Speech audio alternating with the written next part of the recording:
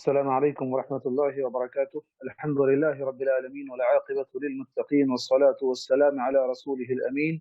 وعلى آله وصحبه أجمعين، أما بعد. قال الله تبارك وتعالى في كلامه المجيد والفرقان الحميد: فأعوذ بالله السميع العليم من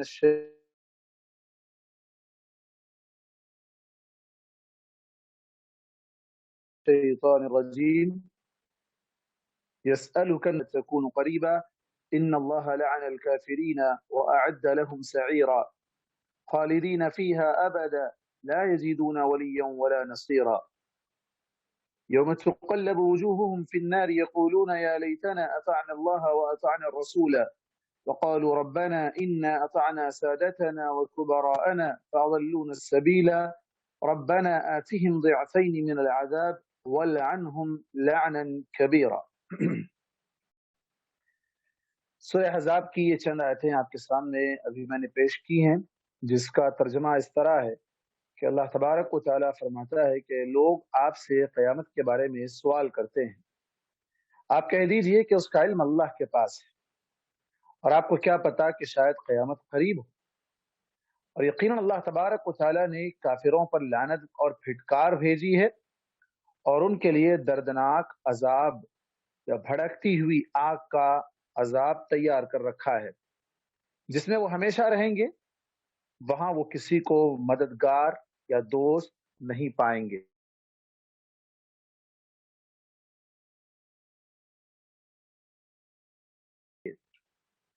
جس دن ان کے چہرے آگ میں الٹ ہائے کاش ہم نے اللہ کی اللہ کے رسول کی اطاعت کی ہوتی، اور کہیں گے کہ اے ہمارے رب، ہم نے اپنے بڑوں، اپنے سرداروں، اپنے لیڈروں کی پیروی کی تو انہوں نے ہمیں گمراہ کر دیا، راستے سے بھٹکا دیا۔ اے ہمارے رب، تو انہیں دگنا عذاب دے اور ان پر بڑی لعنت بھیج دے۔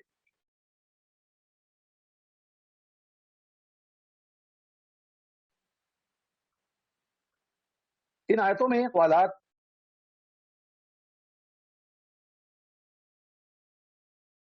قیامت سے متعلق آئے ہیں، اسی کو دوسرے انداز میں یہاں جو پیش کیا گیا، قیامت پر قرآن میں یہ سوال آیا ہے یا اس طرح اس کو بیان کیا گیا، وَيَقُولُونَ مَتَىٰ هَٰذَا الْوَعْدُ إِن كُنتُمْ صَادِقِينَ، پوچھ رہے ہیں کہ قیامت کب آئے گی، یا وہ وعدہ جس کا تم ہمیں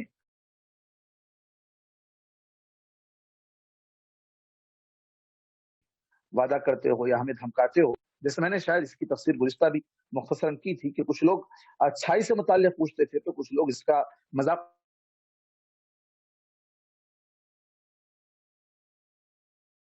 اڑانے کے لیے پوچھا کرتے تھے۔ صحابہ پوچھتے تھے، اللہ نے کافروں کے تعلق سے کہا کہ تمہیں قیامت کی جلدی ہے، حالانکہ تم قیامت کے دن کیا ہوگا تم کو اس کا اندازہ نہیں۔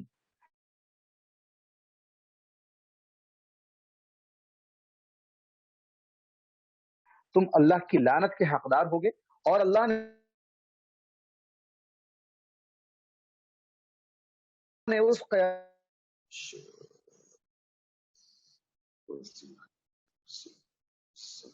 قیامت میں تمہارے لیے آگ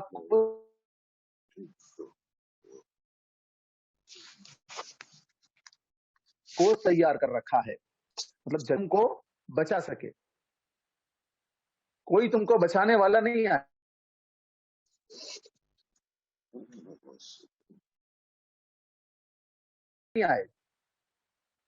یہاں برائے مہربانی کوئی مائک اپنا آن مت کریے، ڈسٹرب ہو رہا ہے اس سے۔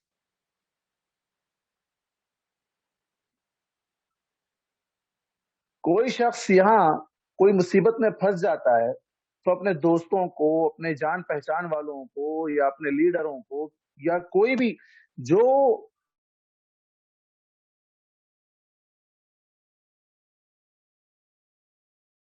اسے بچا سکے، اس کی مدد، لیکن وہاں کوئی نہیں آ سکے گا۔ تو کافر لوگ، تم لوگ یہاں جلدی مچا رہے ہو عذاب کی، یہاں تمہیں بھرم ہے اپنی میجارٹی کا، یہاں تمہیں بھرم ہے اپنی طاقت کا، حالانکہ یہ سب بھی ایک آن کی آن میں ختم ہو جائے گا۔ بڑی بڑی قومیں، بڑی بڑی قوتیں اور طاقتیں جنہیں اللہ تبارک و تعالیٰ نے نیست و نابود کر دیا، زمین سے مٹا دیا اللہ تبارک و تعالیٰ نے، تو تم کیا ہو؟ لیکن تم جو جلدی مچا رہے ہو، اللہ کے نبی سے بار بار جو سوال کر رہے ہو کہ قیامت کب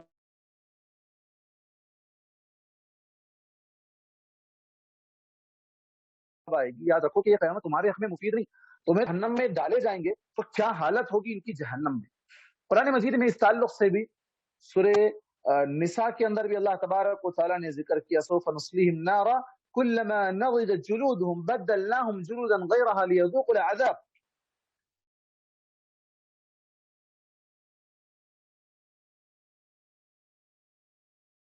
کہ انہیں آگ میں جب جھونکا جائے گا تو ان کی چمڑیاں پک جائیں گی، اب وہ قابل ہیں گی تو پھر اللہ تعالیٰ اس کے بجائے دوسری چمڑی کا مزہ یہ لوگ چکتے رہے۔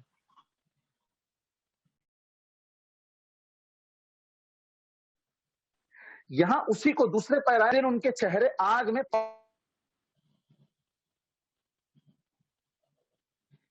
پلٹے جائیں گے، الٹ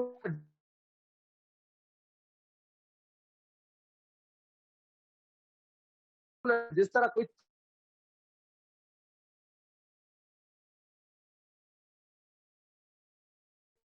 تلن کی چیز ہے، مچھلی فرائی کر رہے ہیں آپ، پایا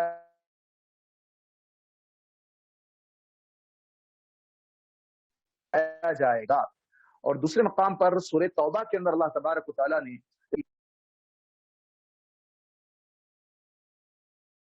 ان کے چہروں کو، ان کے پیٹھوں کو، ان کے پٹھوں کو داغا جائے گا، پھینکا دینا، تو ان کو داغا جاتے ہیں تو اللہ تعالیٰ سب سے پہلے اسی چہرے کو داغدا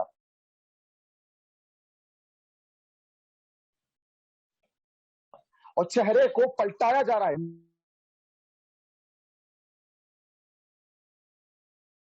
جہنم، اللہ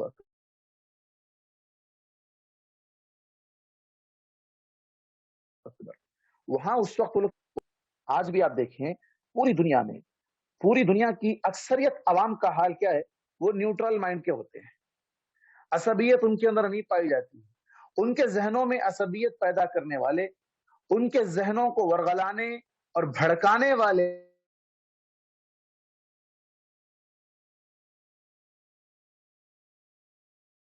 کچھ لوگ ہوتے ہیں۔ قرآن میں اللہ تو زمین میں فساد مچا رہے ہیں۔ یہ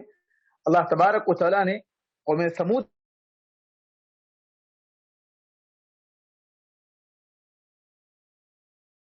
کے بارے میں غالباً اس کا تذکرہ کیا تھا سورہ نمل کے اندر، تو یہاں میجورٹی کا جو ذہن ہے وہ مخالفت کا نہیں ہوتا ہے، کچھ طاقتیں ہیں، کچھ پارٹیاں ہیں، کچھ لیڈرز ہیں، کچھ مالدار لوگ ہیں جو پوری دنیا میں اپنا سکہ جمانے کے لیے عام بھولی بھالی معصوم عوام کو بیوقوف بنا کر ورغلا کر اسلام کے خلاف نفرت بھر رہے ہیں۔ ابھی تو ٹرینڈنگ میں چل رہا ہے، آپ لوگ سب جانتے ہیں کشمیر فائلز کوئی فلم آئی ہے، ہم نے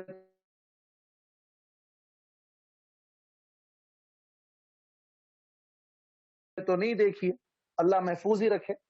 میں پیپر وغیرہ میں آ رہے ہیں، نیوز پیپر وغیرہ میں آ رہے ہیں، جس سے اندازہ لگایا جا سکتا ہے کہ کس قدر اس فلم کے اندر نفرت بھڑکائی گئی، نفرت کی آگ لگائی گئی۔ حالانکہ تجزیہ یہ آیا ہے کہ کشمیر پنڈت جو مارے گئے وہی لوگ، ان کے کچھ رشتہ دار جو بچ گئے، آج وہ لوگ گواہی دے رہے ہیں کہ نہیں ایسا نہیں ہوا، ظلم ایک طرفہ نہیں ہوا، دو طرفہ ہوا تھا، اور اکثریت مسلمانوں کی ماری گئی، ہزاروں مسلمان مارے گئے، یہ 100 سے کم، اونلی 89 جنا پنڈت مارے گئے۔ تو یہ جو پوری فلم بنا کر یا اس طرح کا جو اسلامو فوبیا جو آج پوری دنیا میں پھیلایا جا رہا ہے، ہر جگہ، ہر ملک میں، ہر الگ الگ انداز سے اسلامو فوبیا، اسلام کے خلاف نفرت پھیلانے کے جو ہتھ کنڈے استعمال کیے جا رہے ہیں، یہ استعمال کرنے والے کتنے لوگ ہیں؟ چند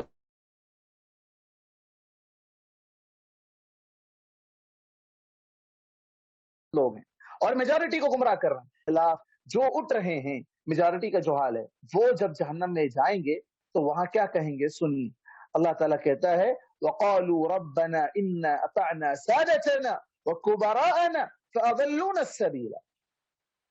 وہ لوگ کہیں گے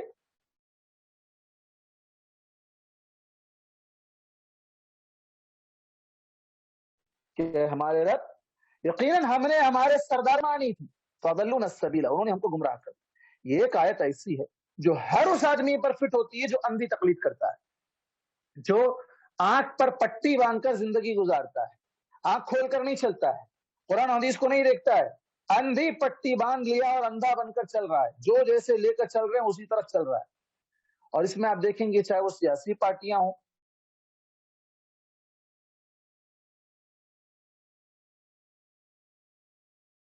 چاہے وہ سماجی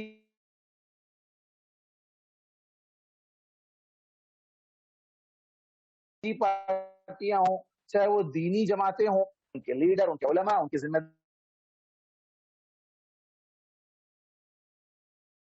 دار، ان کے جناب بصیرت رکھنے والے لوگ انہیں گمراہ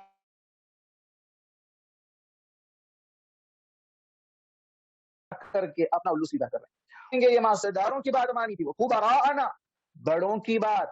دیکھو آج بھی امت کا ایک بہت بڑا طبقہ دین کے معاملے میں ڈائریکٹ بڑوں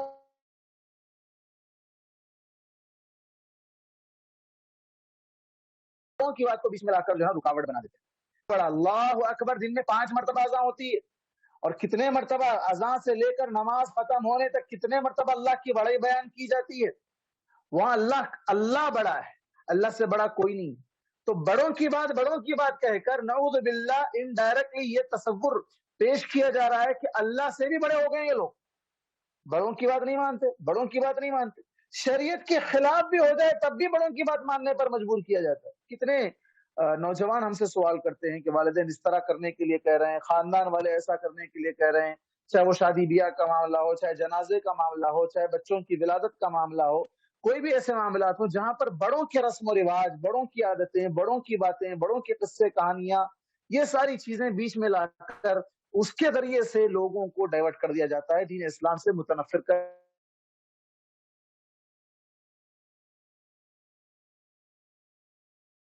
کے دین اسلام پر عمل کرنے سے روکا جائے۔ کیا کر دیا؟ راہ راست سے ہٹا دیا، سیدھے راستے سے ہٹا کر ہمارا راستہ بھٹکا، ہم کو راستے سے بھٹکا دیا، بھٹکا کر ہمیں غلط راستے پر لے گئے۔ یہ ہمارے بڑے ہمیں گمراہ کر دیے۔ تو بڑوں کی بات آنکھ بند کر کے مت مانیے۔ قرآن حدیث کی بات سے موافقت ہوتی ہے، قرآن حدیث سے بالکل ملی جلی بات ہے، اس سے ٹکرانے والی بات نہیں ہے، اس کے خلاف بات نہیں ہے، شریعت سے ہٹ کر نہیں ہے، تو آپ بات مانیے۔ لیکن جہاں شریعت سے ہٹ کر ہے تو اللہ تعالیٰ خود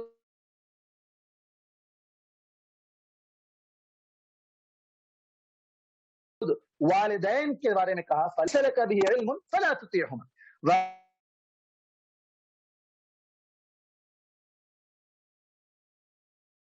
والدین اگر تمہیں شرک کرنے پر آمادہ کر رہے ہیں تو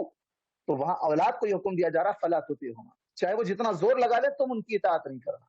تم ان کی والدین کی بھی اطاعت نہیں کرنا۔ حالانکہ والدین کی اطاعت، حسن سلوک، اس کے بارے میں کئی مقامات پر قرآن مجید میں اللہ تبارک و تعالیٰ نے احکامات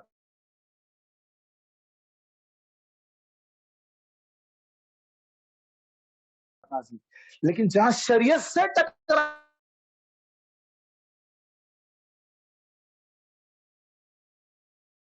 جائے، شریعت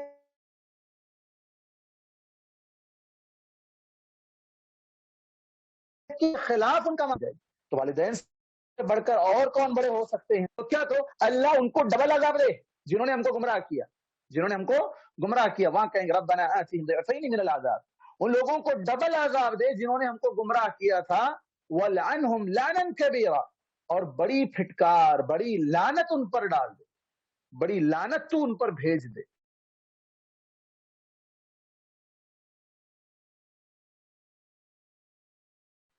تو دیکھیں آپ آنکھ باندھ کر چلنے کا، بند کر کے چلنے کا نتیجہ جو ہے نا، ان کے جھنڈے اٹھا کر پھرتے ہیں، ان کے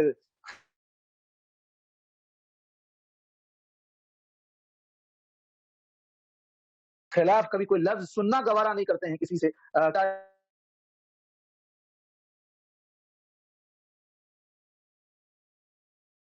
کے طور پر جانبداری چھوڑ کر وہاں کیا چاہیں گے؟ انہی لوگوں کی جن کی وہ پیچھے پیچھے چلتے تھے، جن کے خلاف سننا گوارا نہیں کرتے تھے، وہاں وہ انہیں گالی گلوچ کریں گے، وہاں ان کے خلاف اللہ کے پاس شکایت کریں گے اور کہیں گے کہ اللہ ان کو ڈبل عذاب دے۔ یہاں معمولی سی کوئی چوٹ ان کو پہنچ جائے تو جان قربان کر دینے کے لیے تیار ہو جائیں گے۔